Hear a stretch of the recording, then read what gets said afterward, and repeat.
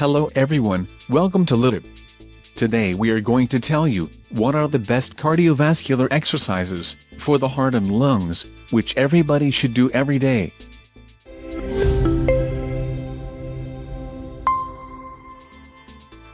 The heart and lungs work together to make sure the body has the oxygen-rich blood it needs to function properly.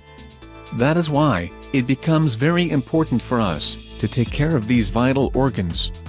If you are a beginner, the most basic exercise will be walking.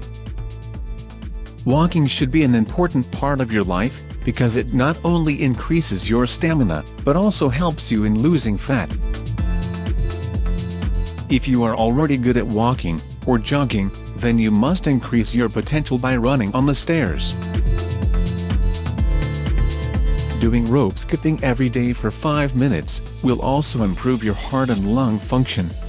Now, as the final exercise, we will suggest you do burpees every day. This exercise includes a small jump, which is followed by a push-up. It is one of the best exercises to improve your heart and lung functioning. Doing burpees even for 2 minutes every day will result in significant changes in your stamina. These exercises will not only make your heart and lung functioning better, but also gives you a lean physique. Then why not start doing it today?